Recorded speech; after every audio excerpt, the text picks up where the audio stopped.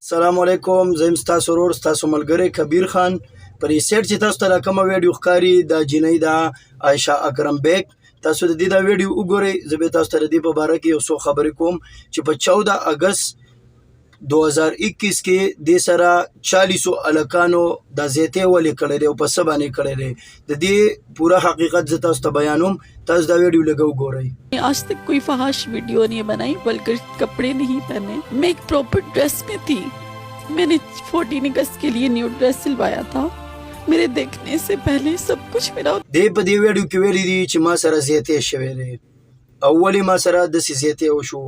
زیته دې سره د خلکو نه دی کړی، زیته دې په خپل ځان سره کړی دی.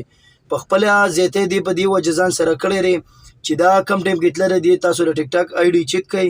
په ټیک ټاک آی ډي کې دې جنۍ په خپله ویلي دي چې په پلان کې ټیم په پلان کې ورځ باندې به زه درځم. په 13 اگست باندې دې دا ویډیو اپلوډ کړې ده چې په دې تاریخ باندې به زه درځم او زما چې څومره پینز دي دا به ټول راشي او ما سره به هلته میلاو شي.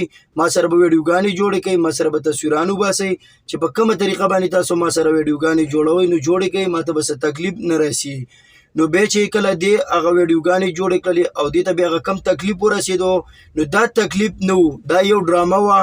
ډرامه صرف او صرف د یوټیوب، د فیسبوک او د ټیک ټاک د فالوور سیوا کېدو دپاره دی دا خپله ډرامه وکړله.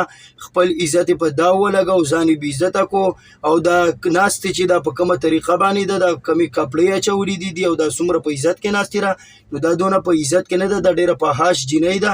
تاسو د دې د ټیک ټاک ویډیوګانې وګورئ، بیا به تاسو ته په خپله پته ولګي. دا نور هېڅ هم نه و، دا دی دا خلک ځان ته په خپله مایله کړي. کم ټیم کې چې دا جنۍ مینار پاکستان ته را دننه شوه، دا په کم سټایل او په کم نورق را دننه شوله او دا په کم ایکشن دی کړی دی. تاسو دغه ویډیوګانې به کتلي مې او بیا هم وګورئ د دې ویډیوګانې. نو دا د هر څه ځان سره په خپله وکړل، دا ورسره چا کړي نه دي. هغه مشران متل کوي وایي یو کس ځان مشهور کوو نو نه مشهور کېدو، بل وله صلاح ورکړه چې په جومات کې غول وکړه نو بیا به ډېر ښکلی مشهور شي. نو هغه د بلا زوی راغی په جومات کې غول وکړل نو بیا مشهور شو، بیا به هر سړی ویل یعنې د هغه پلانکۍ را روان دی، د په جومات کې غول کړي وو. نو دغه رنګه حساب د دې هم دی.